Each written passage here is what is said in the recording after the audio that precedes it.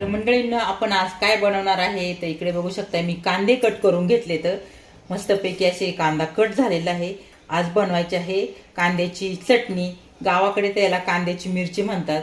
तर म्हटलं चला अगदी झटपट ही मिरची होती तर मी बनवणार आहे। त्यासाठी मी इकडे लसूण घेतलेला आहे आणि कढीपत्ता।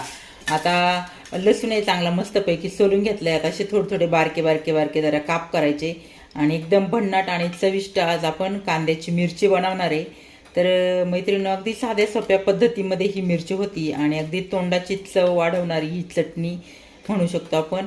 तर मी आज बनवणार आहे। तर चला मैत्रिणी बघा अगदी साध्या सोप्या पद्धतीत झटपट मी बनवते। तर बघा मी इकडे आपला लोखंडाचा पॅन तापाय ठेवलेला आहे। त्यामध्ये आता एक वगळीभर तेल टाकून घेतलंय मैत्रिणींनो आणि थोडीशी फोडणी देऊन घ्यायची। आता मोहरी टाकून घेऊ आपण थोडीशी जिरं आणि जे काय आपण कढीपत्ता वगैरे घेतलेला आहे लसूण पाकळ्या त्या मी याच्यामध्ये ॲड करते। इकडे आपला लसूण कढीपत्ता वगैरे याची छान अशी फोडणी बसलेली आहे। थोडीशी हळद पावडर आणि 1 चमचा लाल तिखट। तर चला आता वरतून आपण आता कांदा टाकून देऊ। परतून घ्यायचा आहे मस्तपैकी हा कांदा। एकदम छान मैत्रिणींनो जास्त काही टाइमही लागत नाही काय नाही अगदी झटपट ही चटणी होती। तर मैत्रिणींनो चवीपुरतं आपण याच्यामध्ये मीठ ॲड करू। तर चला आता मी ही 4-5 मिनिटं तशी जायला लागणार आहे चटणी। तर मैत्रिणींनो गावाकडे हा नेहमी हमेशा केलेला प्रकार आहे। कारण लग्न कार्यामध्ये तर सगळं आवर्जून करायचे।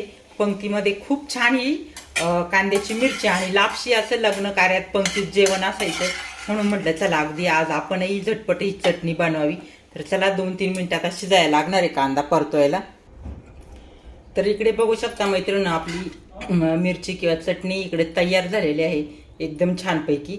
आता मी वरतून थोडंसं शेंगदाण्याचा कूट टाकणार आहे आणि अशा प्रकारे आपली चटणी मिरची इकडे तयार झालेली आहे। कुणाला अशी कांद्याची चटणी आवडते सांगा मैत्रिणींनो। बघू शकताय आपली इकडे चटणी। नमस्कार मंडळींनो, शुभरात्री। तर चला या आमच्या बरोबर सगळ्यांनी मस्तपैकी जेवल्यानंतर शतपावली करायला। तर छानपैकी जेवण झाले आणि जेवण झाले बघा आम्ही आमच्या साईड पट्टीचा रस्ता आहे। तर साईड पट्टीच्या रस्त्याने मस्तपैकी चाललेली शतपावली। थंडगार मस्तपैकी हवा सुटलेली आहे आणि अशा हवेमध्ये सगळे आम्ही रोजच्या रोज आनंद घेतो। मस्त शतपावली होती आणि गप्पा गोष्टी होतात। थंडगार बघा किती जोरजोराचा वारा सुटलेला आहे। आवाज येत असणार आहे हवेचा। ताई जेवल्यावर काय मस्तपैकी झोप येते का फिरल्यावर? आमच्या ताई म्हणतात मस्त झोप येते जेवण झाल्यानंतर ते शतपावली केल्यानंतर। फिरल्याशिवाय काय आम्हाला एकही दिवस जमत नाही। तर रोजच्या रोज आम्ही असंच फिरायला येतो। तर चला अजून बरंच लांबपर्यंत जाते आम्ही त्या साईड पट्टीला तिथपासून तर वरच्या साईड पट्टीपर्यंत। अगं थांबा मला येऊ द्या, लई जोरात चालल्यात बाबा ह्या तरात। तर मी चालले इकडं आमचं वावर बघा साईडलाच वावर आहे। याच्यामध्ये टाकली मका, अजून काय आता उतरली नाही। आता पाऊस उघडल्यावर टाकली। मी चालले होते बघत कसं काय सारे पडल्यात काय काय काय काय। तोपर्यंत आमच्या बायका बघा कशा तुरतुरा पळत्यात ते केल्यात पुढं। तर इकडे वरती हा मोठा मेन रोड आहे नाशिक पुणे हायवे आणि ही खालची आमची साईड पट्टी। तर आम्ही ह्या साईड पट्टीने येतो फिरायला रोज।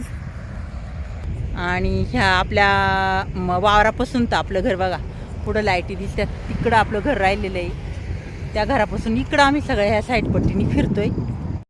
तर मस्तपैकी चाललेली आहे आमची शतपावली आणि पंढरीच्या पांडुरंगाला दिंड्या पण पायवारी चालल्या आहे का नाही?